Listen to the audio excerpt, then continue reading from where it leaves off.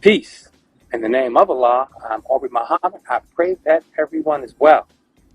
Hempstead family, friends, and believers, welcome to my live session. This is dedicated to those whom recently have returned to Allah. I'll say the list of names and discuss a little about them. Some of them were people that are new in Hempstead, two brothers, Mosque number 7, Carol Taylor, and legendary Jim Brown. One that's the God Prince, Shaheen, Infinite God Allah.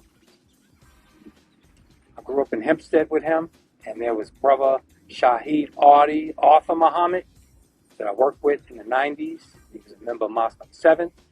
Then his brother Assad, Richard Muhammad, brother I met in the magnificent Muhammad Mosque number 7 in Harlem, New York. And we soldiered together some, especially when I was in Harlem. Good, solid brother. Then there's our sister, Carol Taylor, the author of the Little Black Book. And finally, the legendary Jim Brown. So I pray that everybody's Sunday is well. I just left Mosque number 7 Queens group over on Merritt Boulevard. And come out and see us every Sunday, Muhammad Mosque number 7 in Harlem, Brooklyn, and Queens. But Queens was 2 o'clock today. So that was my best time. So I was there live. But Harlem is 11 o'clock. Come on out every Sunday. Except you only be yourself. Now, Allah been taking a lot of people lately, man.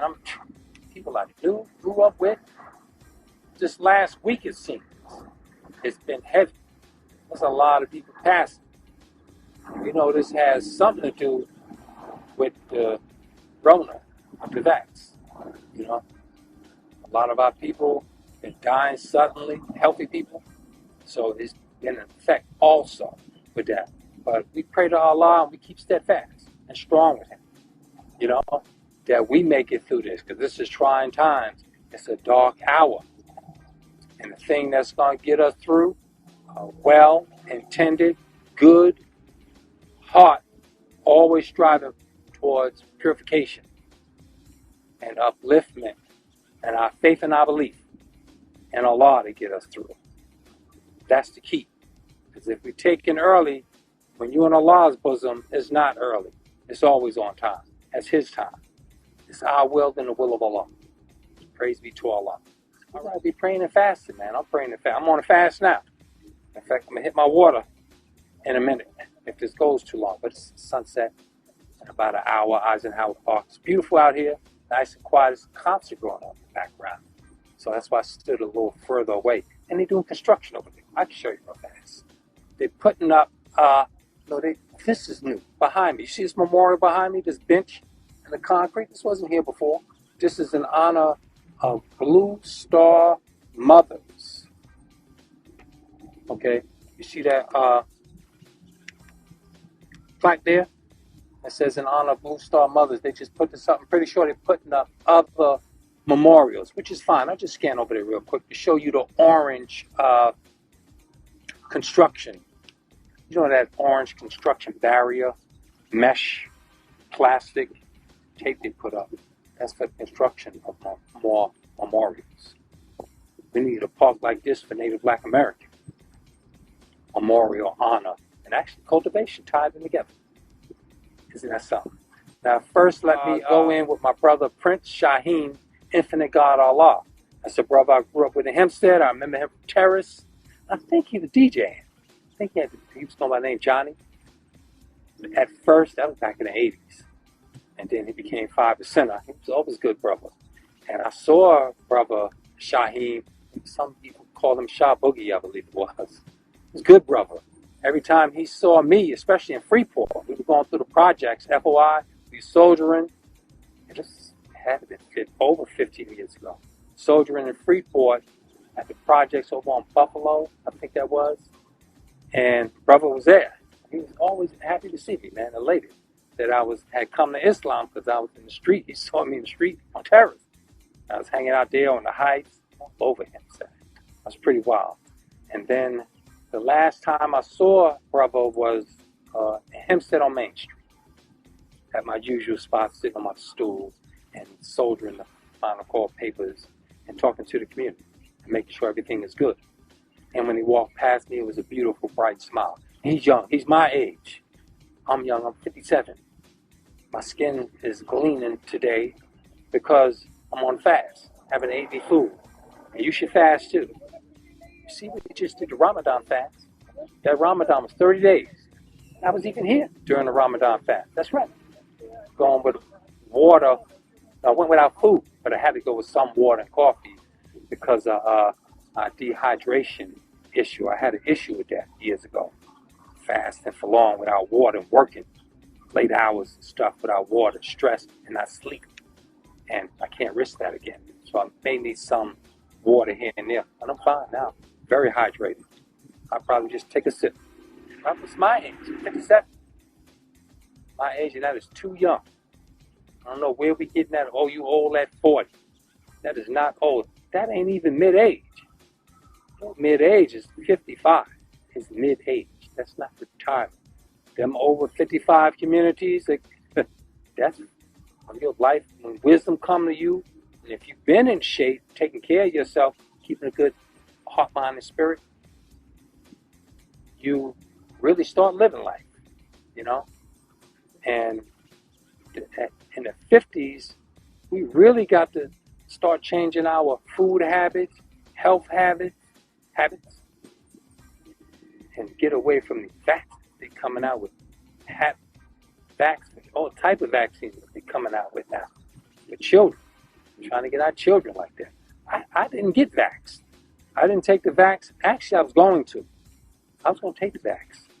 And early on, when I didn't fully understand or grasp its impact, because I was going to get the one from Cuba if it came out, because I didn't trust American vax. I never did. The last time I took a vaccine was probably when they required you to, when I was going to school, to get a student loan or go into school in New York in the 90s, the early 90s, they wanted you to be vaccinated, I believe. And I either had to take it or I had to get it on my record. Oh, wait a minute. That was the selective service. I had to register for the selective service. But I do believe right around that time, they had that vaccine required for school, go to school. But I know it was a selective service. But I hadn't been vaxxed since I was a child. And I think I told them, I said, yeah, I had vaxxed, something like that. I never took the flu shot or vax. In the 90s, I stopped taking cough syrup because I had nasal congestion every year. I would get the flu, the cold. I would get the flu so bad I would be bedridden. When I stopped taking those cough syrups, the cough drops, I barely get a sniffle. No, not barely get a sniffle. I had nasal congestion. I would get mucus buildup, but not all that hacking and coughing and the high fever. And it works. It's that stuff that we take in, it's just profit. That stuff extends the sickness and stuff. We got to get all that out of our system. You know, start making it to older age. Because, I mean, damn, when it's young, when we passing young, it really hurts. You know, because we think what the promise that person's life could have been extended like that, you know. So that's my memorial to Brother Prince Shaheem, Infinite God Allah, and may Allah be pleased with him and his family. You have my prayers, comfort, and condolence. That was a good brother, and he was always elated to see me, especially later on in his years. Now, the second brother I mentioned will be Brother Shahid Audi. We call him Audi back in Coinmac, back in the early 90s. Arthur Muhammad, he was a member of Muslim 7. I first met Brother Arthur when we were working together, doing appliance repair. I think he was on the west side, West Harlem. I believe Arthur was. He was on west side, Harlem, doing appliance repair for this company we worked for, Coinmac. And we would meet together. We would interact. We would overlap our routes. Everybody had a route. And our routes would overlap. So we would always be in the Harlem sometimes. Sometimes near the mosque, sometimes near 125th Street, or wherever it was live. And we had those commercial vans, did the laundry repair. They had the parts, and we had the commercial plates. So in Harlem, Manhattan in the 90s, the traffic was congested as it is now. Traffic it's gotten worse, but it was still congested. And those commercial plates gave us the freedom, to park and relax sometimes. And then we would meet on a parts truck, me and Brother Artie. And I would always have a final call, and he would have one. We would also have very conscious discussions when we met at the parts truck on East 29th Street, I think it was. That's the west side, the docks. That was where the the airport pad is, the helicopter pad. Matter of fact, that was Trump's helicopter pad. His helicopter used to always land there, like a distance from us, where we could see, because that his pilot would always come and walk past us. We would say hi to him, and we would take jabs at Trump and stuff like that, and it was fun. And me and Brother Arthur Shaheed, we would always have conscious discussions, especially about what was going on in Harlem and in the mosque. And he was very mad. I remember when the police rushed the mosque number 7 in Harlem. Mosque number 7 wasn't on 125th Street, across from Sylvia's. Back in the early 90s, it was at Sister Ann Tier's National Black Theater on 5th Avenue. That was like in between 125th and 126th. That was, and they demolished, they gentrified Harlem. And that's one of the things they gentrified. The National Black Theater, you know how many actors and performers have graduated from there? Our brother from, matter of fact, he showed up for Sister Ann's memorial at the National Black Theater. Our brother was in the TV show Scrubs. And also, I believe it was Scrubs. I never watched it. And he also played in The Young Man and Waiting to Exhale. He showed up. He was drinking and stuff. Very talented. A lot of talent came out of there. And that's what they destroy when they gentrify. They get rid of your natural resource. That's your talent. Your talent is your resources. That's your National Black Theater. The mosque, I think Minister Conrad was the minister there back in the 90s. And the New York City police had what do you call that? It was a deep state operative who did it. But someone called and said on the second floor, where they have the mosque beat, you had to go up the stairs. Someone did not a prank call, what is a swatting call? Is that what that's called, a swatting call?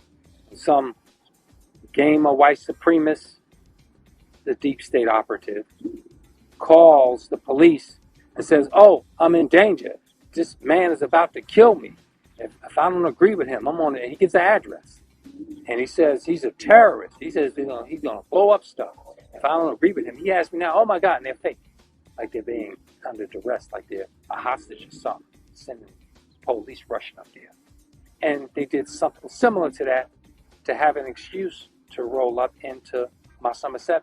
And Brother Alfonso was on the front door. He told me that. And Allah be pleased with him. Brother Alfonso didn't know where the police was going. He said he was holding post, and they ran past him, but he didn't know where they was going. And by the time they got up them stairs, they found out they was going to the wrong place, because the FOI got them on that platform and the stairs and ejected them out of the premises. Took their guns, flashlights, stuff like that, kicked their ass, and threw them out the mosque. Allahu Akbar. That's what you're supposed to do. Uninvited guests. You're extracting unwanted people from your property. You extract them by any means necessary. So he was mad at that. I remember we were discussing that. And we would talk about stuff like that in Harlem, what was going on. And later on, when I joined Mosque number 7 in Harlem, that was like the winter of 96. But I got my ex in 97, months later, a couple of months later. So Conrad was the minister, but Brother Artie, I believe, was in the Bronx squad. So we didn't meet as much in Harlem as we did. But Brother Artie was a good brother, Brother Shaheed. And Mosque number 7 is going to miss him. And he's been around for a while in New York. So it was always good seeing him. And he's young. Islam standards, Muslim standards. He's young. And Brother Arthur, I give my condolence and my prayers of comfort to his family and friends. May Allah be pleased with him. And I'll put pictures. I don't have pictures of them, but what I'll do is later tonight when I get back home, I'll post their memorial pictures that their friends put up for them under the comment section, when I finish here. And second, there's another FOI from Mosque number 7, Brother Assad, Richard Muhammad. He was a good brother I met when I came in the mosque. And I think the picture of him last I saw that was familiar was he was doing security for Tupac. Remember when Tupac had got shot and they were escorting him in that wheelchair and the bandages? Well, one of them brothers, front and center of that detail, moving him around was Brother Assad, Brother Richard Muhammad. And when I first joined the mosque, I was active and soldiering in Harlem. Once in a while, we would soldier together. He was one of the realest brothers I ever met. He had that street in him, and he still had his FOI, but he kept that street in him. And that was real authentic, especially to those of us who was in the street. And we really gravitate towards each other. Those of us who come from the street, come from jail, and become Muslims or Islam, or even come into any nationalist organization, religious organization that promotes the liberation of black people, enhancing our lives in America. Most of us change and we appreciate the backgrounds we have. And Brother Assad was one of them brothers. He always kept it real, and a lot of the young brothers related to him. Brothers from the street related to him. And he was a very good brother. He was humble. I think the last time we personally really spoke for a while, I gave him a ride. I was in that Lincoln Town car. This was not 10 years ago. This was about 8 years ago, I think. I gave him a ride to Left Rack City. And I used to tell him how I used to soldier over there in the 90s. Not soldier, I used to vent. I had Egyptian art and Peruvian art and artifacts and jewelry and stuff like that, and perfumes and stuff that me and the brother was selling on the table. We set up a table and sell our products. I did that at Left Rack City, 125th Street, and sometimes even walk downtown Manhattan. You'd be surprised. You keep a good spirit, a good attitude about yourself, you could sell anything because people are interested in your enthusiasm for your product and confidence in yourself. And you transfer that to your product. So when you give them a product in exchange, you're transferring your enthusiasm for that product to them. If you believe it's good, you use it, you utilize it. And if it's really good principle, you practice what you preach. And that's Brother Richard Assad. May Allah be pleased with him. My prayers, my comfort, and condolences to his family and friends. Now, the third person is our good sister, Sister Carol Taylor. She's the author of The Little Black Book. The Little Black Book was world-renowned, and especially in New York. In New York, everybody had that Little Black Book. And the Little Black Book was rules of conduct, code. It's code for being a black man in America. And it was for black people, specifically black men. A code of conduct, a code of conduct. How to handle white people, how to handle the police, how to handle our own people, how to carry yourself. And that was Sister Carol Taylor. And matter of fact, I bought my copy from her. I bought a copy from her during the men's only meeting in Harlem. And I think that was the mid-90s. That's right, because it was a prelude to the Million Man March. And it was, no, it wasn't Jacob. Jacob Javits Center was right before that. She was there too. At Jacob Javits Center for the all men's meeting, Ms. Farrakhan. And Ms. Farrakhan said, do y'all really want to come in the community and make a change and make it better? We said, yes, sir. So I think it was the next month, a couple of weeks later, he gathered us together and united us at the Armory. I think that's 145th Street. And when we went up there, it was packed. If you remember that, the men's only meeting, that precursor to the Million Man March, Stop the Killing, and the minister, that was different than the Stop the Killing tour. That was a lecture, but the men's only meeting, that was unifying us, and that was organizing us, going to the streets, start making changes and doing better. And Sister Carol Taylor, she was standing outside cheering us on. Come on, brothers. It was a men's only meeting. And she was cheering us on outside. Come on, brothers. And she had her book, the little black book. And that's when I got the copy from her. She had a good spirit. You know, she was a clarion. And we need more sisters like her, giving the clarion charge, giving the clarion call for our people to unite, get together, and do something for ourselves, fight our oppressor, defend our people, cultivate ourselves, to be better, protect ourselves. You know, when you see a black person under arrest, stop and check on them. See, are you okay, brother and sister? Always do that. And the best to come from that. That's code. And Sister Carol Taylor embodied that.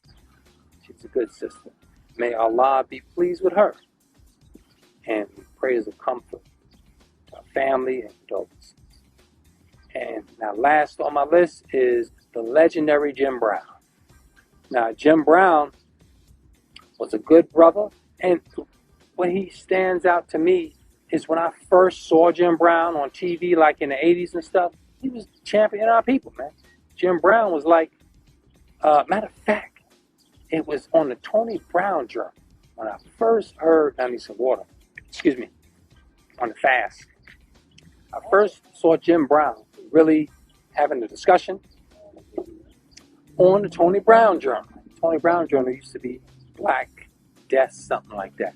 Black News, something like that, in the 70s. And later the Arms became the Tony Brown Journal. And Jim Brown was on his show, and he was speaking about Black Power, man. Jim Brown was like, let's do stuff together. And he told the story about how he was working with Richard Pryor. And he was, and he wanted to get Richard Pryor to do all those projects and stuff, with all the movie projects and entertainment events, all those entertainment specials, concerts and stuff like that, comedy concerts. He wanted everybody involved in that black. All the laborers, managers, producers, all that stuff. And then he said that Richard Pryor didn't go along with him fully. And I think Richard Pryor did a skit of Jim Brown. Was that Wanted or Live on the Sunset Strip? It was probably Live on the Sunset Strip, right? Because that was his last great famous stand-up. Live on the Sunset Strip. He mentioned Jim Brown, turned to him, looking out for him, man. Get off the cocaine, man. Get off that crack.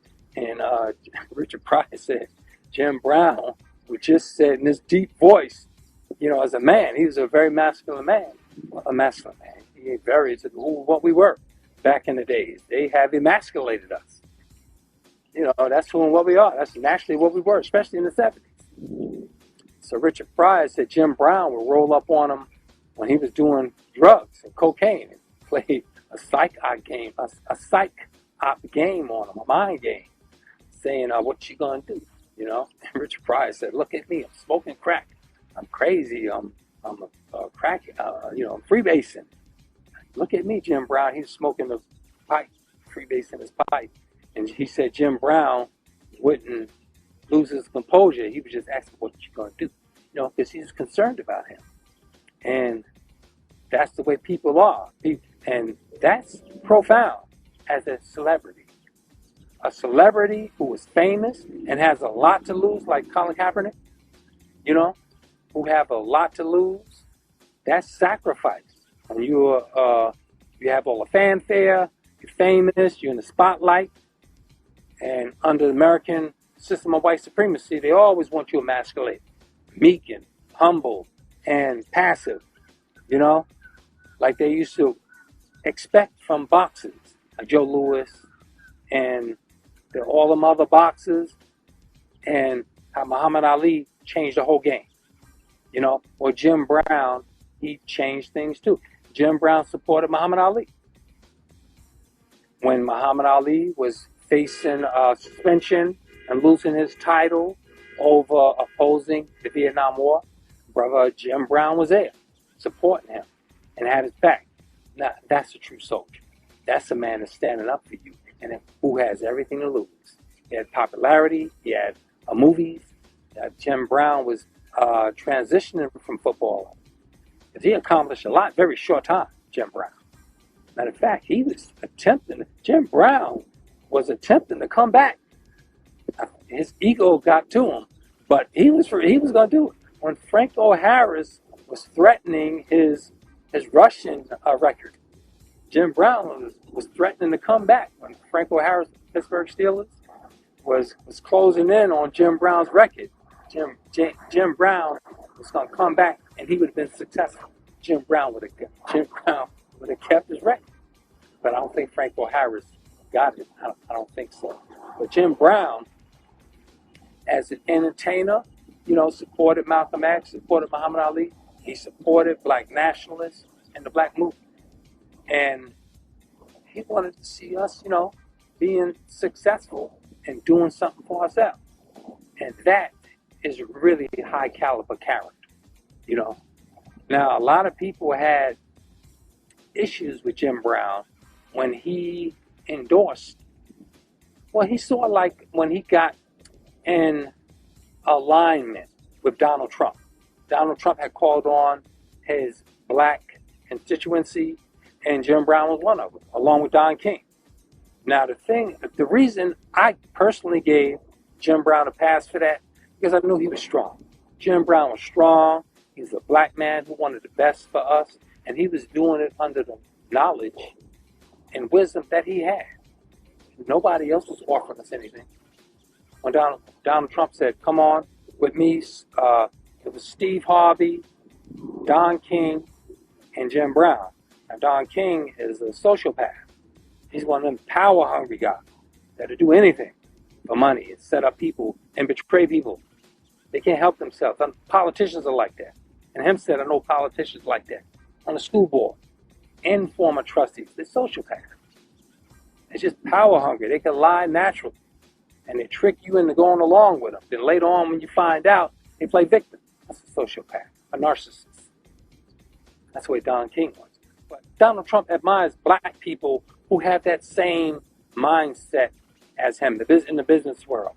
Entrepreneurs, move makers, people in the starlight, people who make things happen, and people like that who want to get into politics. And he likes people like that. Donald Trump overall doesn't like black people. No white person, you could really say that. Under the system of white supremacy, if you didn't like it, you would shut down the system. You go along with the system. Donald Trump, you can see his,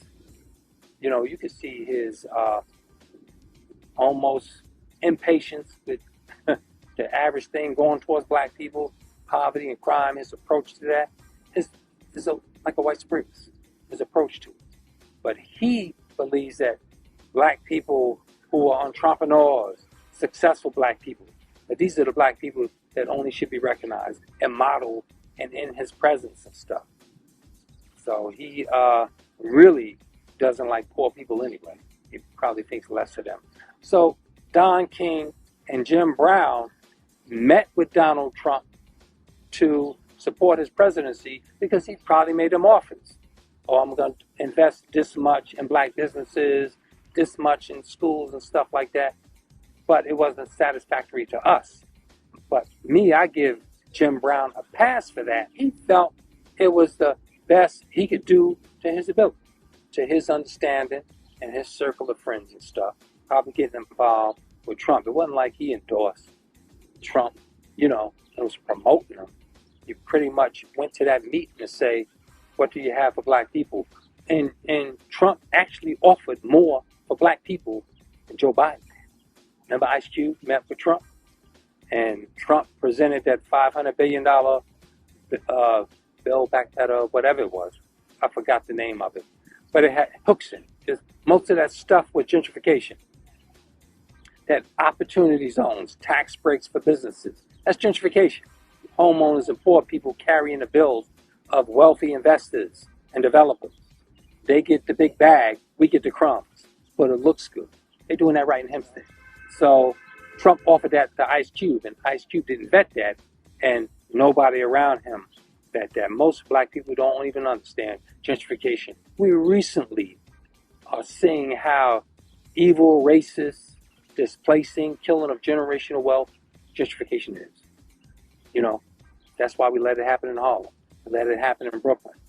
And most people are letting it happen in Hempstead. I'm fighting. I'm resisting.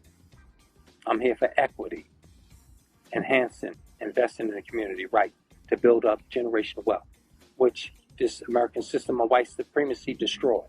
It's built off plundering us, our talent, and our labor, and our expertise, and our spirit and soul. We the soul of America. We built this damn country. As evil as it is, all she does is, So Jim Brown came in with his perspective. So I respect that. And Jim Brown, he had other controversies. That don't matter to me. I'm honoring him for what he stood up for. That's what we can honor in people. I've heard whispering and a little slights people are saying against Jim Brown. Other people complaining about him. I didn't even read the details of what they talked about Jim Brown. All I know is he stood up for our people. He cried on Tony Brown Journal when he said that Richard Pryor, literally rejected his proposal stuff and to work with him for his Black Power movement and entertainment. So Jim Brown meant a lot, and he was always standing up for our people, man. Jim Brown. So I have to give it to him. And if you think that Jim Brown really endorsed Donald Trump, I wouldn't say that. I would just say he was there, present. He was going along for the presentation and to hear more of what Donald Trump had. And Jim Brown had the strength to sit there and go through that. I think Steve Harvey somewhat did. Steve Harvey didn't understand the power dynamic of white supremacy. He understands personal wealth, personal things like that. Jim Brown understood more systematic things, not the full scope of it, but he understood enough. But he supported nationalists, supported the Nation of Islam, and those who want an independent country. So you know what time it was. So that's why I say long live his spirit. And also, other athletes literally modeled themselves off of strong examples like Jim Brown. Jim Brown, he used to make the rounds, but then the press doesn't cover it. Jim Brown, he would show up at a few places, and it wouldn't get fanfare because it would be for black people, But if it was some sporting event, he was on sportscasting. He did sportscasting. But I'm talking about sporting events that are irrelevant to us. Jim Brown really liked relevant things. And that's good for him. Even in the movie. He didn't star in the movie. He was in the movie Any Given Sunday with Al Pacino and Jamie Foxx. Remember that? And Jim Brown played on a team. He was some sort of coach, the second coach, because Al Pacino was the main coach, but he was some other coach like that. And Jim Brown, he did an unscripted he made an unscripted statement, literally. It was a question, but it was unscripted. They had something else in the script for him to ask LL Cool J, and is that Ron Bellamy? Isn't it Ralph Bellamy, the comedian and actor? I'm mispronouncing his name. I think it's Ralph Bellamy. If you look at Any Given Sunday, you see our brother, that is comedian actor, very talented comedian actor. He's a conscious brother that supports the Nation of Islam also. Well, him and LL Cool J, I think they was at some sort of party, cocktail party, celebration, after party, something like that. And people were mulling around, discussing things, and Jim Brown walked over to LL Cool J and Ralph Bellamy, and in an unscripted sentence said, "Hey brothers, how's everything on the plantation?" He was talking about the NFL. He asked LL Cool J and Ralph Bellamy, as they were mulling around, he said, "Yeah, brothers, what's happening? How's everything on the plantation?" He's talking about the NFL. And if you look at that scene, look at LL Cool J's face. You see the little, oh, he caught me off guard. LL nodded a little because he caught him off guard. But Jim Brown did that for an effect. That was his mindset. That was his conscience. He was a good brother, and we honor him.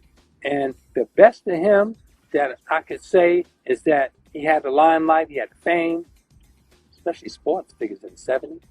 Man, they would exalt American sports figures in the 70s. They were stars, you know? And he, being of that caliber, stood up for us. He sacrificed. He stood up for Muhammad Ali, and then he probably supported the civil rights movement. A lot of that movement and stuff, famous people like that do that stuff behind the scenes where you don't see it, you know. So later on you hear about it, like Arthur Ashe, and which is the perfect example of a humble man.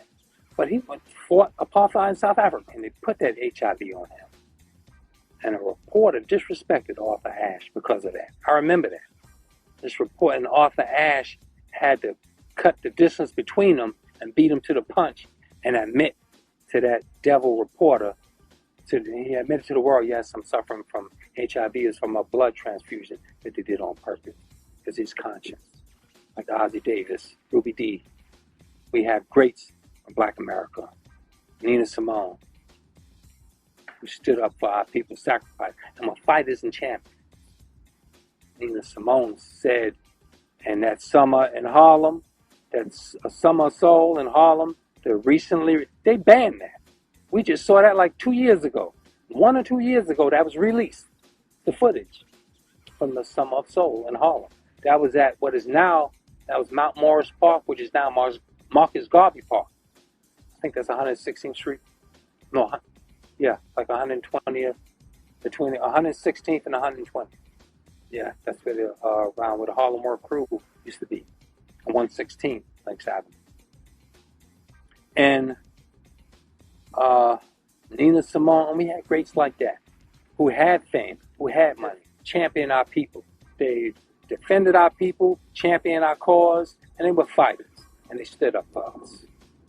And anybody who was involved with that, we should honor them with a special place. You know, like this is a memorial park. This is Eisenhower Park. Eisenhower Park, he was a great president because he was a general. He understood war. He didn't want death note. Eisenhower challenged the CIA and the deep state. Look at his party message. General Eisenhower, President Eisenhower. He warned of the military-industrial complex. He warned Kennedy, John F. Kennedy. And Kennedy took them on. He shut down the CIA, and he shut down the Fed, the Federal Reserve. Did you know that, John F. Kennedy? John F. Kennedy stopped private banking, fiat banking, the Federal Reserve, and he started printing currency how it's supposed to be printed. United States notes, United States Congress notes. Remember those $5 bills, the $1 bill and the $10 bill, and I think it was the 2. They had the red circle on them. I used to have one of those bills. I think I have the blue silver certificate now left. I sold some of those numismatic things I had to raise some cash, but I had those United States Congress notes. Current money now says, God we trust, Federal Reserve. But back then it said United States Congress notes. It was United notes. And that was backed by productivity and minted in America, for America. The Federal Reserve, that money and that debt is owned by internationalists. Those are international bankers who own the Federal Reserve. Matter of fact, they own most of America now. They just take it back and forth. John F. Kennedy stood against that, to put the power into the American people's hands. And you do that by printing your own money. That's your value. That's your national value, your GDP, and your production. And that was backed by gold. So Nixon took that on. All of it is a scam of greed. And men like JFK, like Jim Brown, and others of stature that stand up against oppression, greed, lust, racism, white supremacy, we honor them and we salute them. The great Jim Brown. You know. And let me go into the comments here. Okay, my sister Hottie Toddy. Interesting. She says, right on, sister. I hope your day is well. And I hope your family is well. On a beautiful Sunday, the sunset in Eisenhower Park. Yeah. But later on, when I get home, I'll put the pictures. I print Shaheem, Infinite God Allah, Brother Shahid Arthur Muhammad, Brother Assad Richard Muhammad, and Sister Carol Taylor, author of The Little Black Book, and, well, legendary Jim Brown speaks for himself. I'll put a picture up of him and my pictures, but the others are pictures from other folks' memorials to these good brothers and sisters. So that's it for now, and as you all know, I actually hadn't uploaded any videos from the lives because Mom's court date was last month. We had settled that she moves by November 10th, which was a victory for Avalon Bay, but wasn't necessarily a defeat for Mom because she has another place that looks promising. It's almost finalized, but still, nobody wants to fight the corporation. This is character when you fight corporations. It's 3 big corporations that control the media and control America. 3 big ones. Blackstone, BlackRock, and it's BlackRock. Blackstone became BlackRock. And the other 2 companies, I forgot the name specifically of them, but BlackRock is the big one. There's 3 of them that own America, that control the media, that control food, land. Bill Gates is with them, buying up all the land. These are rich, greedy people. Our rulers are sociopaths. They're greedy narcissists and ultimately psychopaths that'll kill us all to get what they want, to deprive us. The pandemic was that. The Federal Reserve is that. The debt ceiling.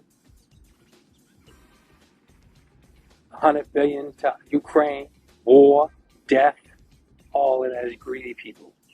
Their families ain't fighting. They not suffering. They have more money. They don't know what to do with it. But their glee is watching you suffer. You grovel, elbowing each other out the way to get the little crumbs they get glee out of that because they're devils. That's why we got to do something for ourselves. We got to print our own currency. When we get land, we got to fight for reparations. If you're a Native Black American, fight for reparations. Lineage based. If you're a descendant from the black people, been in the Western Hemisphere for thousands of years, and later on, some of us were imported from Africa as enslaved people for labor in America, building a country. If you're from that stock of original black people, we were integrated together. The original black people in the Western Hemisphere, for thousands of years we're here. I think 40% of the Western Hemisphere is black. And it brings us civilization, writing laws, customs, and justice.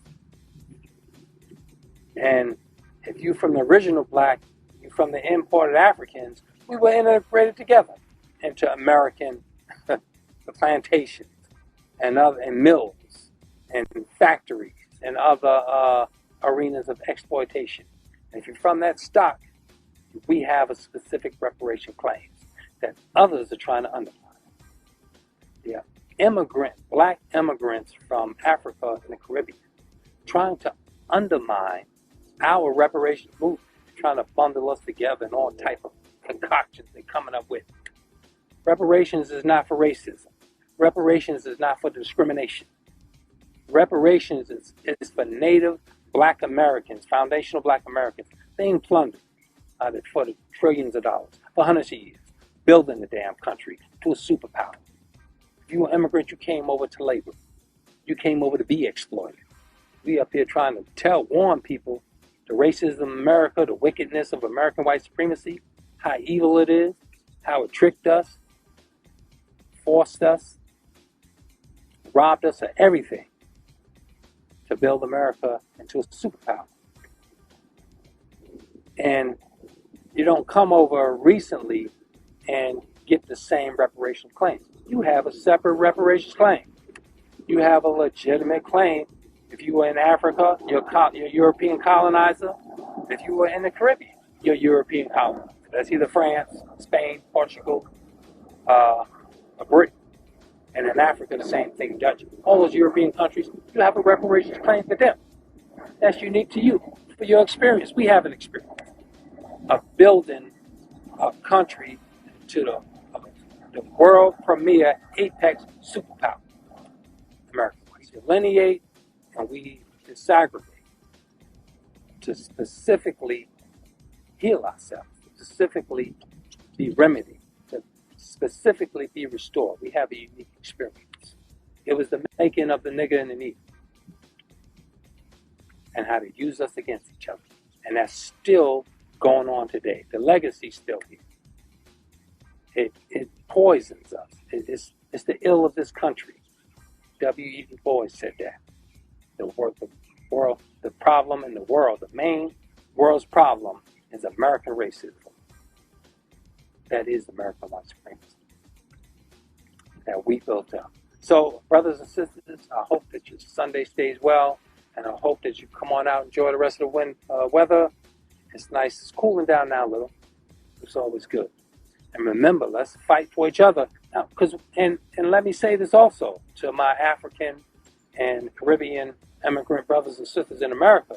You may have came for opportunity to get more gold for your labor, but you must be supporting us. You have to come and help us. You have to come and fight with us. Most of you say that. I ain't fighting about it. You stop complaining. Work hard. Dumb shit you can say like that. No, you come and you support us. And then in that support, in that movement, we could work out things in union together. But the reparations is separate. It's unique. And so will our beneficial things. Come on into the Nation of Islam. Join black nationalist organizations. Fight for independence, liberty for black people in America. And then as you are a part of that, that was one of my petitions. I promote that. If you're an immigrant from Africa and the Caribbean, you come to America and you don't get our specific reparations claim, but I petition us, and I think we should support immigrants if you would get a part of our reparations claim if you have been members of black nationalist organizations that's been fighting for reparations, like the Nation of Islam, like the Black Panthers, like the 5%, Nation Gods and Earths.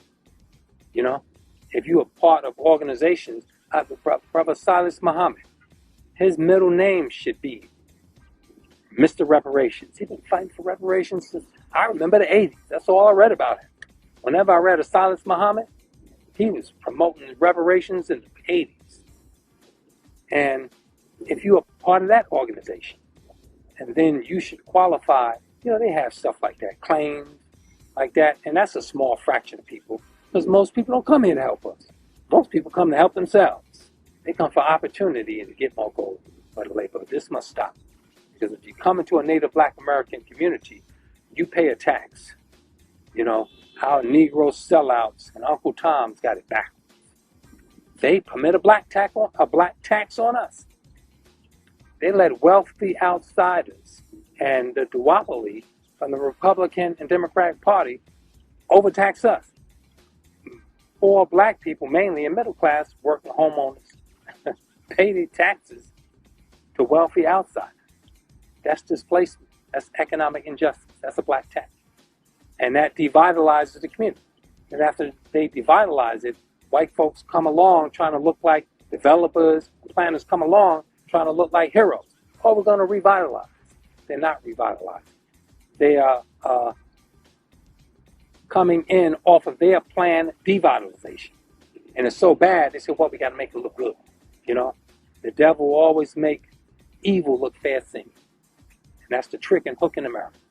So we got to get the trick and the hook out of it by coming to the knowledge of selves, unifying. Let's do something for ourselves and empower ourselves to be a great, mighty people we're destined to be. That's our purpose. Black power and essence of black love and life. All right, family, I hope that the rest of your Sunday is well. I leave you as I greeted you in the ancient Arabic words, peace. Assalamu alaikum. Peace unto you. Enjoy the rest of the Sunday.